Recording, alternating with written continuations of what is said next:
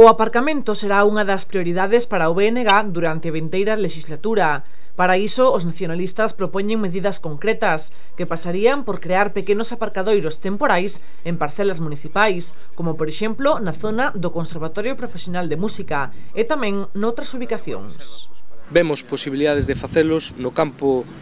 do Forno para dar servizo ao que serían as rúas interiores da zona de San Pedro.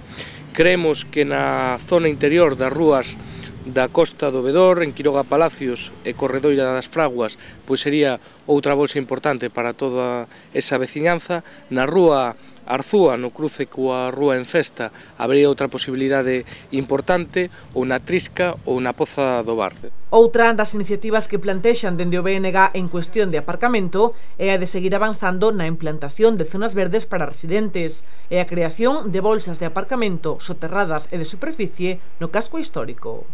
En Cornes, onde xa temos comprobado no pasado pois a eficiencia do anterior aparcadoiro público que había nesa zona, ali existe unha parcela entre a avenida de Santiago de Cuba e a vía do tren que entendemos que podería volver a amosar pois unha enorme eficiencia para toda a xente que procede da zona sur e polo tanto como aparcadoiro disuasorio, ou tamén na parcela que existe na curva de Xoán 23 para dar servicio, entre outras persoas, pois a zonas como a zona do Espírito Santo. Un novo aparcamento de borde en San Lázaro e un mellor funcionamento do transporte metropolitano para mellorar as conexións entre Santiago e os concellos da comarca tamén son outras das propostas dos nacionalistas no eido da mobilidade.